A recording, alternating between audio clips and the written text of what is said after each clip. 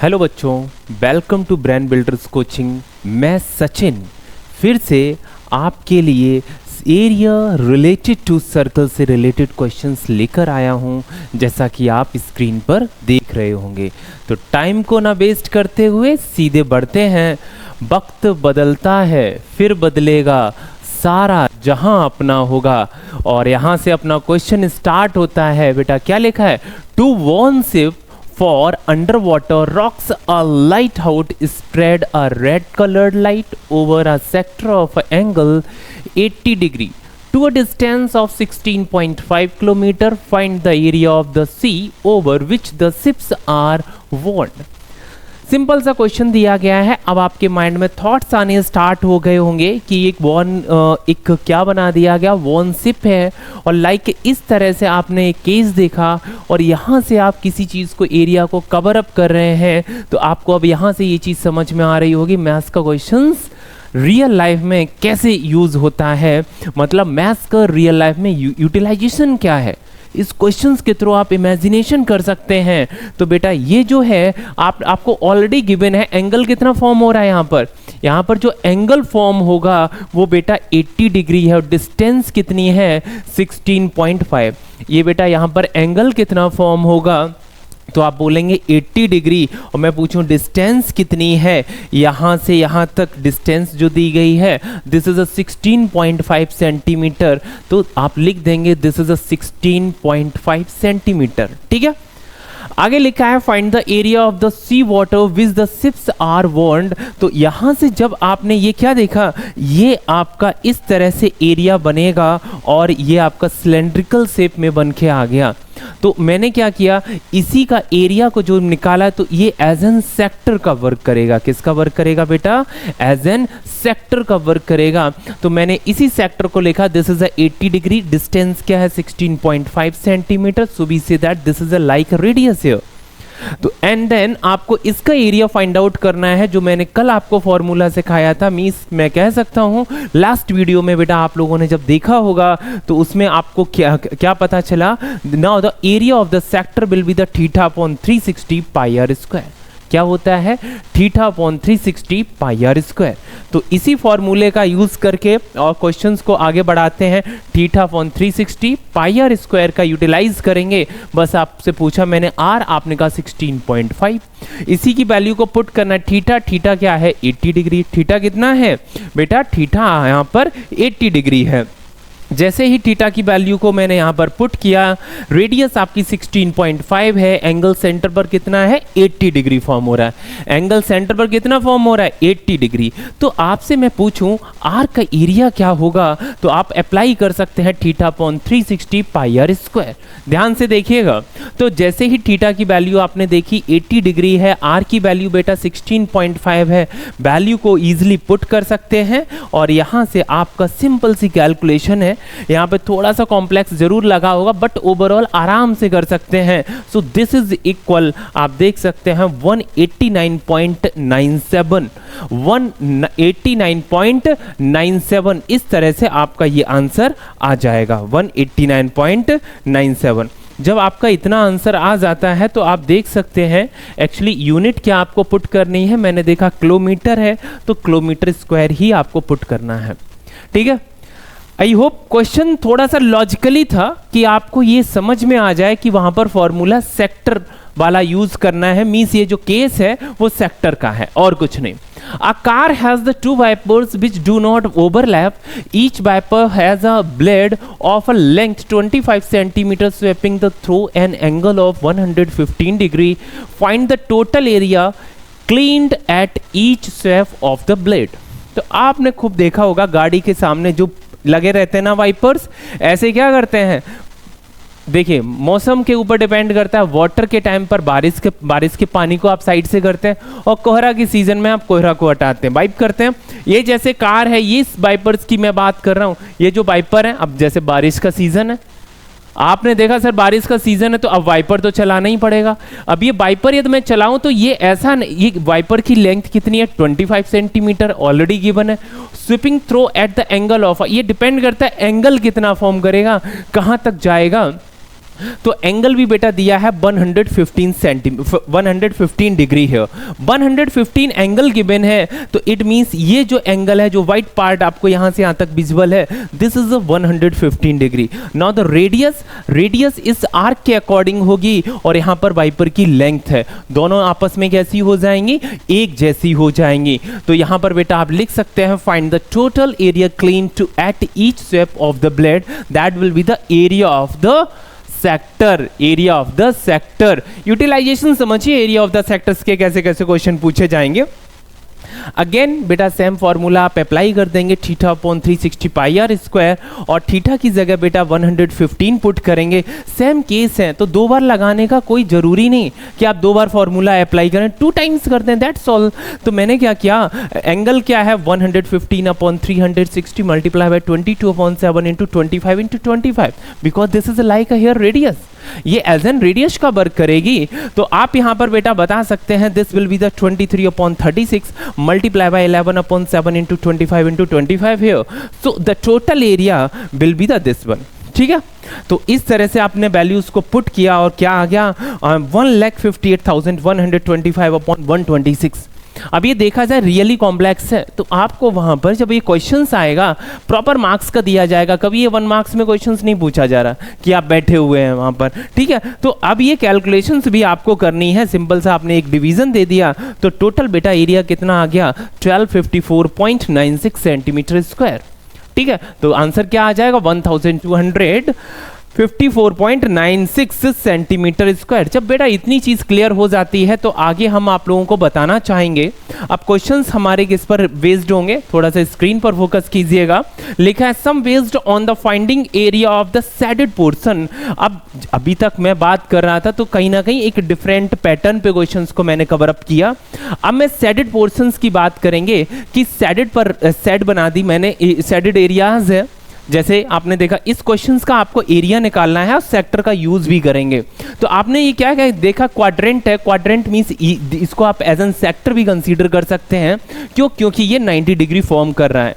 अब इसका area find out करने के लिए आपको क्या करना होगा, इस सेक्टर का बेटा एरिया फाइंड आउट करना है और माइनस कर देना है area of this square one. How to find it, देखिए बहुत ईजी है। ये क्वेश्चंस कैसे है बेटा, इजी है। ओ ए कितना है बेटा 20 है, तो ओ ए बी भी कितना होगा 20 होगा। रीजन क्या है, because O A B C is a square. Reason क्या है, O A B C is a square. जब ये स्क्वायर है तो इट मीन सभी साइड्स इक्वल है, ये 20 तो ये 20। आपको क्या निकाल देना है, इसका डायमीटर निकाल देना है। क्या निकालेंगे, डायगोनल, नॉट अ डायमीटर। यहाँ क्या निकालेंगे, डायगोनल निकालेंगे। और ये जो डायगोनल ओ बी होगा वो इस क्वाड्रेंट के रेस्पेक्ट में एज एन रेडियस का वर्क करेगा। यहां पर जो डायगोनल हो ओबी होगा वो इस क्वाड्रेंट के रेस्पेक्ट में किसका वर्क करेगा, ये एज एन वर्क करेगा रेडियस का।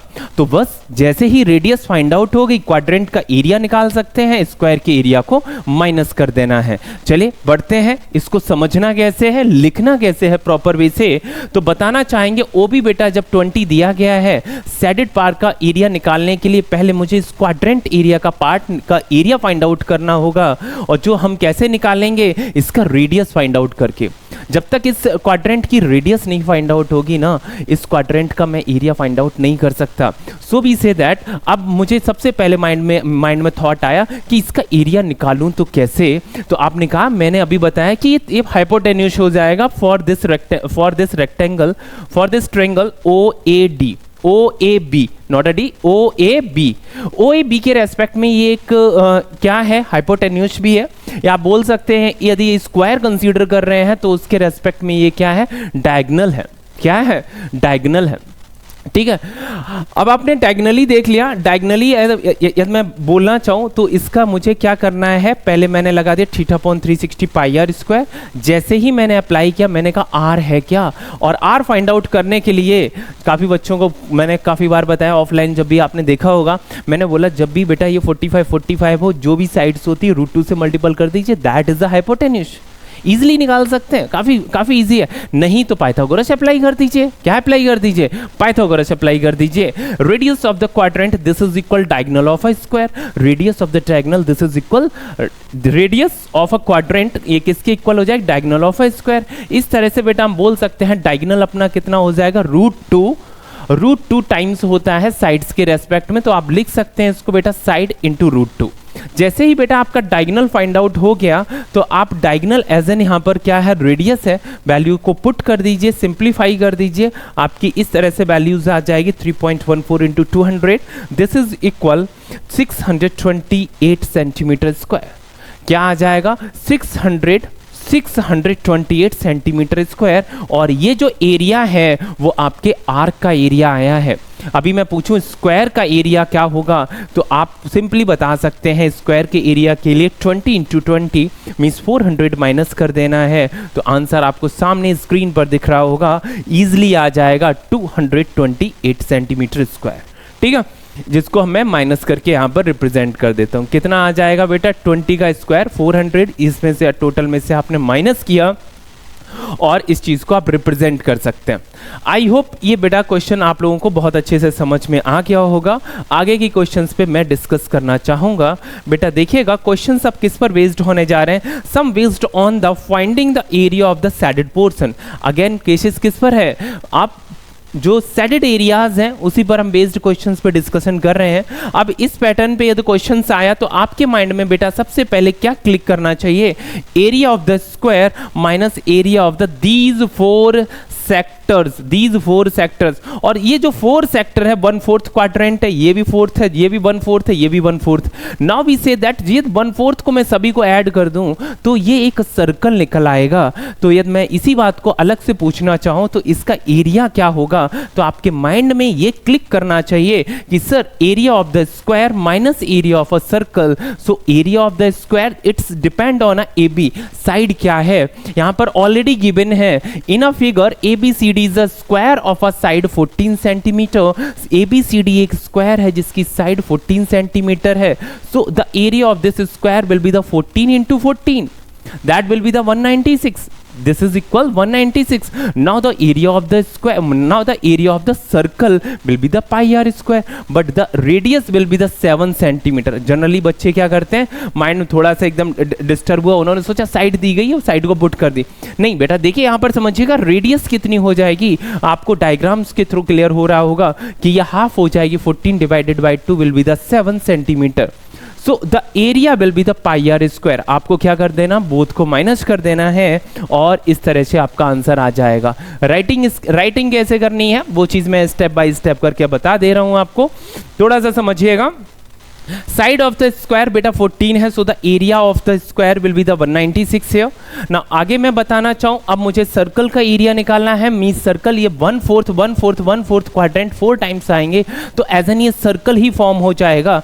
यदि आप लिखना चाहें तो 4 multiply by 1/4 pi r square formula put कर सकते हैं। और जहां पर बेटा आर की वैल्यू है वो 14 डिवाइडेड बाई 2 होगी, मीन्स रेडियस यहां पर निकल के आ जाएगा 7। यहां पर मैं बात करना चाहूं तो बेटा सेंट्रल एंगल कितना होगा, 90 होगा। क्योंकि ये स्क्वायर है, तो एंगल्स तो 90 ही है। सो area of the sector will be the 4 times of theta upon 360 और इनटू पाई आर स्क्वायर। ठीक है, इस तरह से बेटा आप अप्लाई कर देंगे, सिंप्लीफाई कर दीजिएगा तो यहां पर area of the these 4 quadrant will be the 154 centimetre square. Now ऐसे केस में क्या करना है, बेसिक जो आपने एक लाइन लिखी थी जिसके थ्रू आपका बेसिक, जिसको मैं बोलना चाहूँ यहाँ पर जो आपका कॉन्सेप्ट है उसके थ्रू आपको क्या करना है, वैल्यूज को पुट कर देना है। So this is equal 196 minus 154 will be the 42 centimetre square. I hope ये क्वेश्चंस बहुत अच्छे से आप लोगों को समझ में आ गया होगा। आगे क्वेश्चंस की ओर बढ़ते हैं और क्वेश्चंस का पार्ट अभी अपना सेमी चल रहा है, सैडेड रीजन पर बेस्ड ही क्वेश्चंस डिस्कस कर रहे हैं। ठीक है, तो क्वेश्चन आपकी स्क्रीन पर है और क्वेश्चंस में बेटा लिखा है the area of an equilateral triangle ABC is 17,320.5 centimetre square with each vertex of the triangle as centre. A circle is drawn with radius equal to the half the length of the side of the triangle. Find the area of the shaded region. Find the area of the shaded region, इस तरह से find out करना है। कैसे समझना है, simple सा, जैसे अभी स्क्वायर का केस था, स्क्वायर जैसे फॉर्म बन रहा है, अब यहाँ पे एक ट्रायंगुलर शेप बन रहा है, तो इसका आपको सैडेड रीजन का एरिया फाइंड आउट करना है। तो मैं क्या बोलूंगा, अगेन वही बात बेटा, area of the triangle minus area of the these 3 sectors. और सेक्टर कैसे निकालेंगे बेटा, this is a equilateral triangle. अभी आपने एक टर्म्स देखा होगा equilateral triangle, ABCD, ABC is a equilateral triangle, it means all the angle will be the 60 degree here. It means आप इस इक्विलेटरल ट्रायंगल्स का एरिया फाइंड आउट कर सकते हैं और उसमें से ये जो 3 सेक्टर्स है इसके एरिया को माइनस कर सकते हैं। So you can find the area of this shaded region. How to find it, देखिएगा सिंप्लीफाई बेटा, देखिए थोड़ा स्क्रीन पर फोकस कीजिएगा। अब मैं बताना चाहूँ तो बेटा एरिया ऑफ इक्विलेटरल ट्रायंगल मुझे फाइंड आउट करना है। Area of the equilateral triangle given है और जैसे ही आपने area of the equilateral triangles को पुट किया तो यहाँ से क्या चीज़ निकल के आएगी, पहले समझिए area of the ABCD, area of a triangle ABCD आपको पता है एबीसी, और ना उसमें से 3 सेक्टर्स को आपको माइनस कर देना है। क्या करना है बेटा, 3 सेक्टर्स को माइनस करना है। पीछे शांति से बैठे रहिएगा, ठीक है, कोई चीज़ नहीं आ रही है पूछ सकते हैं, लेकिन क्लास में डिस्टरबेंस बिल्कुल नहीं पसंद है। तो देखिएगा बेटा, जो आपका एरिया है ट्रायंगल एबीसी जिसकी वैल्यूज दी गई है 17,320.5 सेंटीमीटर स्क्वायर, एरिया आपको अगेन दिया है। साइड की मैं बात करना चाहूँ यहाँ से बेटा, एरिया का फॉर्मूला आपको पता है इक्विलेटरल ट्रायंगल का होता है √3/4 साइड स्क्वायर। आप वैल्यूज को पुट कर देंगे, यहाँ से साइड निकल आएगी। जब आपकी साइड पूरी निकल आएगी उसको हाफ कर देंगे तो इसका ये क्या निकल आएगा, रेडियस निकल आएगा सभी सर्कल्स का। और जब आपको रेडियस पता चल जाएगा तो आप सेक्टर्स का एरिया फाइंड आउट कर सकते हैं। थोड़ी सी अच्छी कैलकुलेशन है कह सकता हूँ मैं। साइड बेटा देख रहे हैं सिंप्लीफाई कर दिया आपने और इस तरह से साइड बेटा निकल आएगी 200 सेंटीमीटर। साइड कितनी निकल आएगी बेटा, 200 सेंटीमीटर। मैंने एक एक स्टेप को राइट किया है क्योंकि मुझे पता है यहाँ पर कुछ बच्चे ऐसे हैं जिनको ये हो सकता है वो शॉर्ट में 2-3 स्टेप कम कर दें, बट मुझे इस तरह से समझाना है कि यदि बच्चा पहली बार भी पढ़ रहा है मैथ्स तो उसको ऐसा ना लगे ये स्टेप मिस कैसे हो गई। मैंने इस तरह से एक एक स्टेप्स को भी राइट किया। आई होप यदि आप 2-3 स्टेप्स को स्किप करना चाहें तो इजीली कर सकते हैं, कोई इशू नहीं है, मार्क्स बराबर मिलते हैं, ठीक है। तो बेटा मैं यहां पर बताना चाहूँ 3 times of the arc sector A will be the sector अपने कितने हैं बेटा, 3 हैं। एंगल कितना होगा 60 डिग्री और 3 से मल्टीपल कर देना है। तो आप लिख सकते हैं 3 × θ/360 × πr²। और यहां पर जो आर की वैल्यू होगी, क्यों ए बी क्या फाइंड आउट हुआ, ए बी का हाफ कर देंगे, ए बी का हाफ कर देंगे तो क्या निकल आएगी, आपकी रेडियस निकल आएगी। रेडियस कितनी है 100, तो 100 आपकी रेडियस होगी। और साइड क्या थी ट्रायंगल की 200, साइड क्या थी बेटा 200, ठीक है। तो रेडियस तो हाफ हो जाएगी। आगे बताना चाहें तो अब इसका आप ट्रायंगल्स का एरिया निकाल सकते, एरिया तो ऑलरेडी गिवन है। इस दीज 3 सेक्टर्स का एरिया फाइंड आउट करना है और माइनस कर देना है। जैसे कि मैंने 3 से मल्टीपल किया और ये सेक्टर्स का एरिया जो भी आया, अब मुझे दोनों को क्या कर देना है, माइनस। दोनों ही मेरे फाइंड आउट हो चुके हैं। दोनों की वैल्यूज को हम यहाँ पर बेटा पुट करते हैं। पुट करने के बाद क्या हुआ, आगे पीछे स्लाइड्स हो गई क्या, जस्ट वेट ना बेटा। दोनों की वैल्यूज को हम पुट करते हैं और माइनस कर देते हैं। इस तरह से शेडेड रीजन का एरिया फाइंड आउट हो जाएगा और this is equal 1620.5 centimetre square. उम्मीद है कि आप लोगों को बहुत अच्छे से ये क्वेश्चन समझ में आया होगा और अच्छे से ये भी आपको समझ में आया होगा कि राइट कैसे करना है। कॉन्सेप्चुअल भी क्लियर हो गया होगा और राइटिंग के अकॉर्डिंग्स भी क्लियर हो गया होगा। आगे क्वेश्चंस की ओर बेटा बढ़ते हैं और क्वेश्चन बहुत प्यारा सा है, बस एक थोड़ा सा आपको टेक्निकली बग लग रहा होगा कि पहले क्वेश्चंस को आप लोग रीड कीजिएगा। आपको ये लग रहा होगा कि मैंने शेडेड रीजन तो यहाँ पर राइट किया है, बट शेडेड रीजन में तो सभी कुछ शेडेड ही है। मीन्स मेरा कहने का मतलब ये है, इसमें जो डायग्राम बनाया है, इसमें जो डायग्राम अपना बनाया है उसमें डायग्राम में ऑलरेडी, एक मिनट, ठीक है, इस डायग्राम को थोड़ा सा देखिएगा आप लोग। इस डायग्राम में बेटा ऐसा केस दिया है कि ये जो शेडेड रीजन है ना, ये जो ट्रायंगल एक फॉर्म हुआ है, एक सर्कल फॉर्म हुआ है, ये हमारा टोटल ही, ये समझिए ये हमारा सर्कल का पार्ट हो गया, ये बेटा ट्रायंगल्स का पार्ट हो गया, ठीक है। आई होप इतनी बेटा चीज क्लियर हो गई होगी। मैं बताना चाहूंगा बेटा ये अपने सर्कल का पार्ट है, ये एक ट्रायंगल का पार्ट है, और आपसे पूछा है find the area of the shaded region where a circular arc of the radius 6 centimetre has been drawn with vertex O of an equilateral triangle OAB of a side 12 centimeter as a center, as a center। तो बेटा OAB की sides क्या है? OAB एक जो triangle है उसकी sides है 12 और ये जो सर्कल है उसकी रेडियस आपको दी गई है 6, और शेडेड रीजन का एरिया फाइंड आउट करना है। जब ये इक्विलैटरल ट्रायंगल है तो मींस एंगल क्या फॉर्म हो रहा होगा? 60 डिग्री। मैं कहना चाहूँ इसका एरिया कैसे निकालें, तो आपके माइंड में आना चाहिए area of a circle plus area of a triangle. जैसे ही मैंने ये वर्ड बोला तो आपने कहा सर ध्यान से देखिएगा बेटा, तो आपके माइंड में बेटा आया होगा ये जो पार्ट है ना सर, ये जो पार्ट है, ये जो सेक्टर है, इसका एरिया आपने सर 2 टाइम्स ऐड कर दिया। कितने टाइम्स ऐड कर दिया? 2 टाइम्स बेटा ऐड कर दिया। कौन सा? ये इस पार्ट का एरिया बेटा कितने टाइम्स आपने ऐड किया? 2 टाइम्स ऐड किया। तो ये है क्या? एज एन सेक्टर है, तो इसको बेटा माइनस कर दीजिए, दैट्स ऑल। काफी इजी हो जाएगा ना। तो बेटा कैसे राइट करना है वो चीज समझिएगा। आप लिखेंगे area of the shaded reason, area of the shaded reason किसके इक्वल होगा? Area of the circle plus area of a triangle minus area of the sector CXD।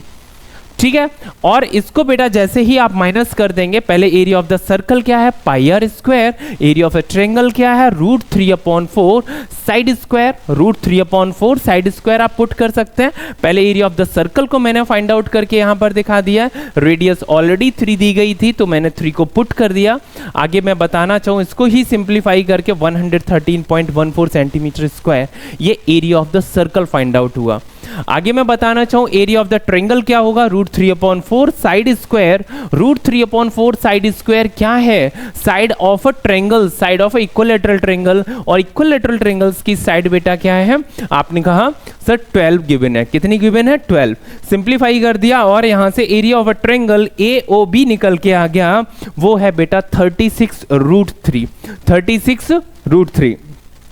जब बेटा यहां तक चीजें क्लियर हो जाती हैं तो आगे हम देखना चाहेंगे एरिया ऑफ द सेक्टर, और एरिया ऑफ द सेक्टर कैसे फाइंड आउट करते हैं। जैसे कि आपको पहले से ही फॉर्मूला पता है, this is equal θ/360 pi r square, और थीटा की वैल्यू होगी क्या? 60 डिग्री। सर दिया तो था नहीं, आपने कैसे लिख दिया? बेटा इक्विलैटरल ट्रायंगल है, इट मींस सभी साइड्स और सभी एंगल्स इक्वल होंगे, इट मींस एंगल 60 डिग्री होगा। थीटा की वैल्यू क्या हो जाएगी? 60 degree upon 360 multiply by pi r square. Pi will be the 22/7 और r will be the side of this one, और साइड बेटा कितनी है? इसके अकॉर्डिंग ये क्या है? रेडियस है, और ये रेडियस कितनी हो जाएगी? 6 हो जाएगी। वैल्यू को पुट कर सकते हैं एरिया की बेटा, और जो टोटल है, टोटल एरिया में जो आपने शेडेड रीजन का एरिया फाइंड आउट करना है उसमें पुट कर दीजिए, यहां पर वैल्यू निकल आएगी। तो बेटा देखिए area of the circle plus area of a triangle plus minus area of the sector, इस तरह से वैल्यू को पुट कर देंगे और हमारा क्या आ जाएगा? The area of the shaded portion will be this one, और यहाँ पे area of the shaded portion is 94.25, 94.29 plus 36√3।